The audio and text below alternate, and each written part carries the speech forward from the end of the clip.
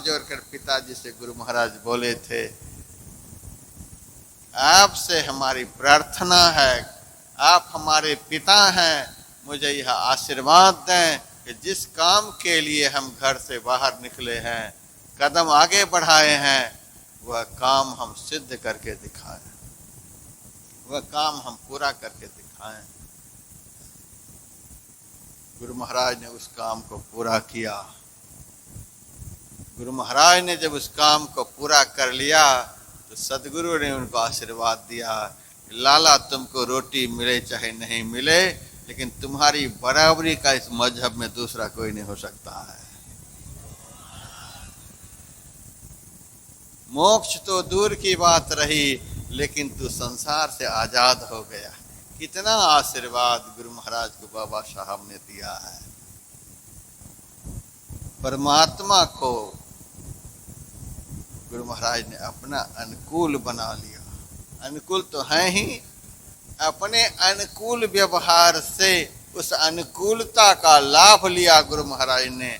आज गुरु महाराज शरीर में नहीं भी हैं तो भी पंडाल के लोगों से मैं पूछता हूँ, सबसे ज्यादा आदर का भाव आपके अंदर किसके प्रति है? अभी तो थोड़े लोग पंडाल में बैठे हैं, शाम तक मजमा जमेगा बढ़िया से। सारे लोगों से मैं पूछना चाहूंगा, हम भी गुरु महाराज के बगल में बैठे हैं और भी साधु महात्मा बैठे हुए हैं, सबसे ज्यादा आप लोगों के दिल में किन के प्रति श्रद्धा है बताएं? गुरु महाराज के प्रति। हमारे प्रति भी थोड़ा बहुत इसीलिए है कि इनके बगल में बैठे हैं। यदि मैं आप लोगों के बीच में जाकर बैठ जाऊं तो चाय भी नहीं पूछेंगे, ये तो मेरे जैसे हो गए, ये महात्मा तो मेरे जैसे हो गए। गुरु महाराज के बगल में बैठने के कारण ही मेरा भी आप लोग को सुनने के लिए तैयार हैं। सबसे ज्यादा आदर का भाव शरीर में नहीं है तो भी सबसे ज्यादा आदर का भाव। क्यों सबसे ज्यादा आदर का भाव? शरीर में नहीं रहे तो रहे कहाँ? पहले शरीर में थे तो 3.5 हाथ में व्यापक थे, अब शरीर में नहीं रहे तो सब शरीरों में व्यापक हो गए। प्रत्यंश में अंतर हो बाहर, घट के व्यापक ब्रह्म ज्यों व्योम ज्यों, त्यों हो तुम हो सर्वव्यापक, क्यों प्रकट होते नहीं? अब ब्रह्म रूप सदगुरु नमो हो गए सब में। इसीलिए सबके अंदर में सबसे अधिक श्रद्धा का भाव। आज गुरु महाराज हंसते हुए बोलते हुए जैसा व्यवहार जब शरीर में थे होता था नहीं देख रहे हैं तो भी सबसे अधिक श्रद्धा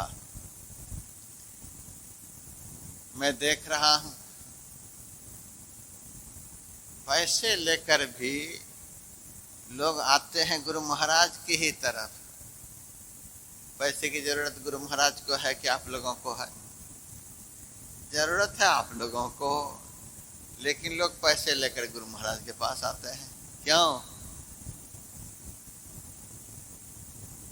भूख प्यास लगी है आप लोगों को, संतरे सेब लेकर गुरु महाराज के पास आते हैं। क्यों? कितना आकर्षण गुरु महाराज में है कि बिना मांगे ही सब कुछ इधर ही जा रहा है, और पंडाल के लोग मांगते भी रहेंगे तो भी देने वाले कोई नहीं जाएंगे। कारण क्या है? गुरु महाराज ने अपने जीवन में प्रेम किया परमात्मा से। परमात्मा से जो प्रेम करते हैं वो शरीर में रहे चाहे नहीं रहे दुनिया में सबसे ज्यादा पूजनीय होते हैं। परमात्मा से प्रेम करने वाले इतने महत्वपूर्ण हो जाते हैं, सारी दुनिया के लिए आकर्षण का केंद्र बन जाते हैं। आप लोग तो चेतन हैं, चेतन का आकर्षण हो रहा है, लेकिन संतरा चेतन है। सेब चेतन है, 150 के नोट चेतन है। चेतन तो दौड़ ही रहे हैं इनकी तरफ, जड़ भी इधर ही आ रहे। जड़ चेतन का आकर्षण बन जाता है, जो सबसे आकर्षणकारी परमात्मा का हो जाता है। गुरु महाराज ने उनसे प्रेम किया। हम लोगों का प्रेम कहाँ कहाँ है देखिए। मैंने सुनाया, आधा घंटा लड़का घर नहीं आता है तो छटपटाने लग जाते हैं।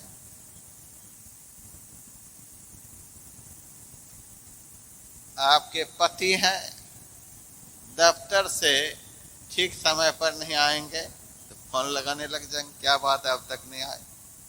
अब पत्नी यदि कहीं बाजार चले गई सब्जी लेने के लिए तो इनको तो देर लगेगी ही, अब तक नहीं आई हो, क्या बात कहाँ रह गई। जो स्वार्थ युक्त प्रेम करने वाले हैं उनमें इतना आकर्षण है कि उनके बिना आप आधा घंटा नहीं रह सकते।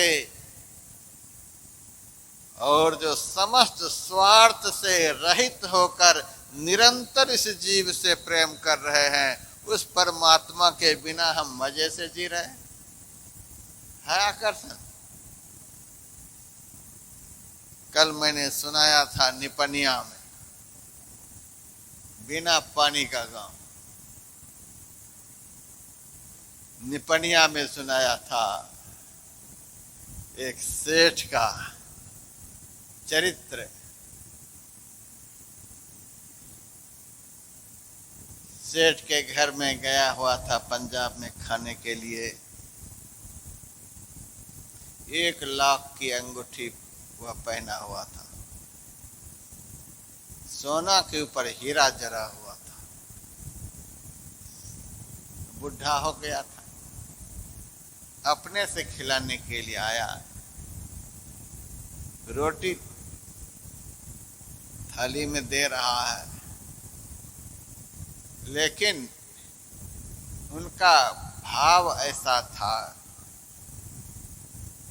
रोटी तो थाली में गिरे लेकिन महाराज का ध्यान हमारी अंगूठी पर पड़े। देखे बहुत कीमत की अंगूठी पहन रखा है। हम नजरअंदाज करके, अंगूठी से तो पेट भरने को है नहीं, जिससे पेट भरे नहीं उधर हम काहे के लिए ध्यान लगाएं।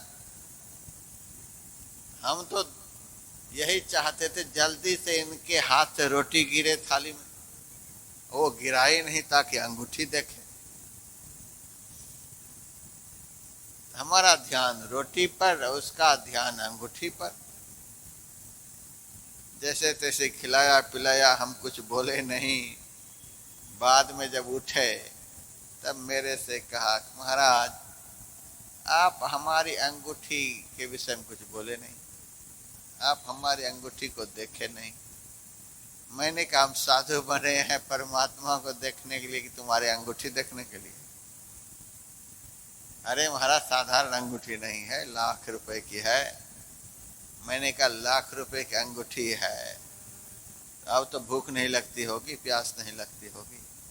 अरे महाराज क्या कहते हो, भूख प्यास तो लगती है, तो क्या उसमें विशेषता है? मेरे हाथ में, मेरी अंगुली में एक भी अंगूठी नहीं, तो भी हमारा जीवन जिस तरह से चल रहा है चल रहा है। तुम लाख रुपए की अंगूठी पहन रखे हो तो उसमें क्या फर्क है? भूख प्यास तुमको भी लग रही है, हमको भी लग रही है, दोनों बराबर हैं। अरे महाराज फिर भी इतना समझो कि लाख रुपए की अंगूठी है। मैंने कहा पागल आदमी, 1 लाख रुपए की अंगूठी का इतना महत्व तो दिखला रहा है। एक बात बता, जिस अंगुली में तू अंगूठी पहन रखा है उस अंगुली की कीमत बता कितना है? अंगुली की कीमत बता, कितने में अंगुली काट करके देगा? 1 करोड़ में भी देगा अंगुली काट करके। बिहार के आदमी से तो हम डरते हैं, पता नहीं काट भी दे, थर थर कांपते रहते हैं। 1 लाख रुपए में काट भी दें, विकलांग सर्टिफिकेट बनवा लेंगे, फ्री में जाएंगे ट्रेन में। इधर तो कुछ भी हो सकता है, लेकिन अदर स्टेट के लोग नहीं काटेंगे। विकलांग सर्टिफिकेट नहीं लेना है उनको। देह की सुंदरता बनी रहनी चाहिए, परमात्मा का दिया हुआ है। तो मैंने कहा तुम्हारी अंगूठी की ज्यादा कीमत है कि अंगुली की ज्यादा कीमत है, बता। कटेगा 1 करोड़ में? नहीं नहीं महाराज, ज्यादा कीमत तो अंगुली की है। अरे आदमी के बनाए हुए अंगूठी का तो इतना महत्व समझ रहा है, परमात्मा का बनाया हुआ जो अंगुली है उसका महत्व तो नहीं जानता, कितना महत्व का यह है। परमात्मा का बनाया हुआ एक अंगुली का भी जो महत्व है, वह महत्व दुनिया के किसी भी पदार्थों का नहीं हो सकता है। और बता, जिस हाथ में वह अंगुली है उस हाथ का ज्यादा महत्व है कि अंगुली का ज्यादा महत्व है? तब कहता ज्यादा महत्व तो हाथ का ही है। मैंने फिर पूछा, एक बात और बता, हाथ का ज्यादा महत्व है कि जिस शरीर में हाथ है उस शरीर का ज्यादा महत्व है? तब कहता ज्यादा महत्व तो शरीर का ही है। फिर मैंने उनसे पूछा, शरीर का ज्यादा महत्व है कि शरीर में जो श्वास है उस श्वास का ज्यादा महत्व है? शरीर में श्वास नहीं रहे, श्वास नहीं चले, तो 1 पैसे में भी उस शरीर को कोई लेगा? श्वास से रहित शरीर का कोई महत्व है? आफत हो जाता है, श्वास के निकलते शरीर आफत। आप मुर्दा शरीर को ले जाकर के स्मशान में जलाना चाहेंगे तो वहां जो खड़ा रहता है डोम, वो जलाने नहीं देगा। हमारे घाट पर आया है मुर्दा जलाने के लिए, फ्री में जलाने नहीं देगा। अब तो उस मुर्दा शरीर को जलाने के लिए भी पैसा देना पड़ेगा। आप हैदराबाद जाएं, आप बेंगलुरु जाएं, बड़े बड़े शहरों में जाएं, 1 मुर्दा को जलाने के लिए 1 लाख रुपए लेते हैं। मुर्दा को जलाने में अभी तो देखिए 1 अंगुली भी आप करोड़ों में काट करके नहीं देंगे। जिस दिन इस शरीर का श्वास निकल जाएगा उस दिन इस शरीर को जलाने के लिए भी लाख रुपए तुम्ही को देना पड़ेगा।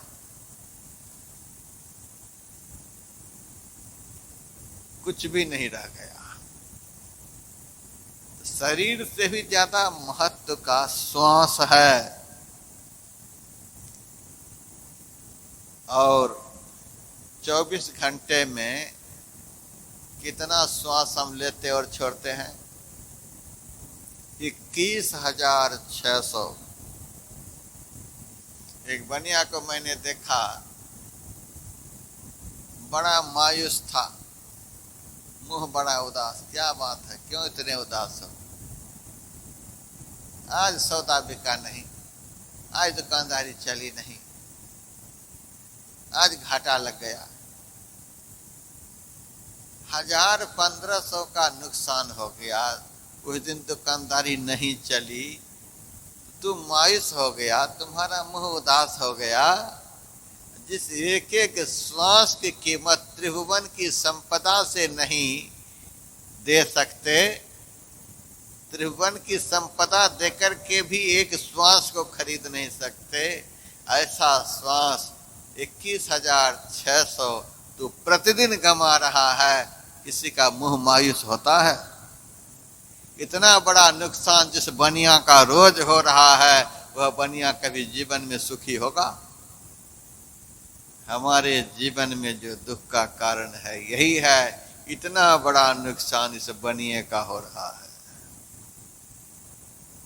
त्रिभुवन की संपदा से भी एक श्वास को खरीद नहीं सकते। 24 घंटे में 21,600 और ऐसे कितने कितने 24 घंटे हमारे व्यतीत हुए हैं। कितने नुकसान हमने अपना किया है, वे वर्णन कर सकता है? कितना नुकसान प्रतिदिन हम लोगों का हो रहा है। ये बनिया कभी सुखी होगा जो इतना नुकसान में है? हमारे गुरु महाराज देखिए कितने मस्त हैं। जो आनंद संत फकीर करे सो आनंद नाही अमीरी में। जो एक एक श्वास का सदुपयोग करते हैं, वे विष्ठा के ढेर पर भी बैठे रहते हैं तो स्वर्ग के फरिश्ता उनके सामने मुकुट रखकर प्रणाम करते हैं। भगवान उनका आदर करते हैं। भागवत में तो है, जिन्होंने एक एक श्वास का जीवन में सदुपयोग किया, ऐसे संत के पीछे पीछे पवित्र होने के लिए परमात्मा चलते हैं। अणुब्रजाम्यहं नित्यं पूये यत्यंग्रिरेण भी। हे उद्धव, जब संत चलते हैं तो मैं उनके पीछे पीछे चलता हूँ। उद्धव ने कहा सारी दुनिया आपके पीछे चलती है, आप संत के पीछे चलते हो, क्या विशेषता है? कहा संत के चलने से उनके चरणों से जो धूल उड़ेगी, उस धूल का स्पर्श मेरे शरीर से हो जाएगा तो मैं पवित्र हो जाऊंगा। अब देखो, जिन्होंने जीवन में एक एक श्वास का सदुपयोग किया, ऐसे महापुरुष जब चलते हैं तो परमात्मा उनके पीछे पीछे सुरक्षा गार्ड बन करके चलते हैं।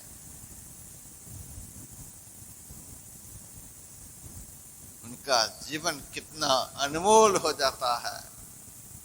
वे अपने जीवन को कितना धन्य बना लेते हैं कि आज उनकी शरण में हजारों हजार लोग आकर के अपने भाग्य की सराहना कर रहे हैं। धन्य धन्य हो रहे हैं। धन्य धन्य सतगुरु सुखदास, धन्य धन्य हो रहे हैं आप लोग यहाँ आकर के, जिन्होंने एक एक श्वास का सदुपयोग किया। उनके लिए कहते हैं धन्य धन्य सतगुरु सुखदास। वो धन्य है जिन्होंने अपने जीवन के एक एक श्वास का सदुपयोग किया। वो भाग्यहीन है जिन्होंने मानव तन में मिले हुए अनमोल श्वास का दुरुपयोग किया। कितना भी बड़ा धनवान दुनिया का क्यों न हो, कितना भी बड़ा पुत्रवान, बुद्धिमान, गुणवान क्यों न हो, यदि श्वास का सदुपयोग नहीं किया तो वह भाग्यहीन है। और जिन्होंने श्वास का सदुपयोग किया, चिथड़ा पहने हुए भी हैं, तो धन्य है। शरीर से अधिक कीमत का श्वास है, लेकिन श्वास चलता है किससे? हमारे से। हम जिस दिन शरीर में नहीं रहेंगे, श्वास चलेगा? नहीं चलेगा। श्वास से भी अधिक कीमत के कौन हुए? हम खुद। हमारे से ही श्वास चलता है। हम किससे चलते हैं? हम किसके चलाए चलते हैं? सब कर परम प्रकाशक जेऊ राम अनाद अवधपति सौ। परमात्मा के चलाए हम चलते हैं। तो सबसे बढ़कर कौन हुए? सबसे महत्वपूर्ण कौन हुए? परमात्मा। उसी परमात्मा के लिए कबीर कहते हैं, जोग जुगत से रंग महल में पिए पायो अनमोल रे। कहे कबीर आनंद भयो है बाजत अनहद ढोल रे। जोग की जुक्ति से इस शरीर रूपी रंग महल में परमात्मा रूपी पति को मैंने प्राप्त कर लिया। पिय पायो। भक्तों ने पूछा संत कबीर से, परमात्मा रूपी पति को आपने प्राप्त कर लिया, वे कैसे हैं? तो परमात्मा का परिचय एक शब्द में दिया कबीर ने, अनमोल रे। परमात्मा अनमोल है। अनमोल का अर्थ तो सब लोग जानते ही होंगे, जिसका मूल्य नहीं उसी को अनमोल कहते हैं। हीरा का पहाड़ भी होगा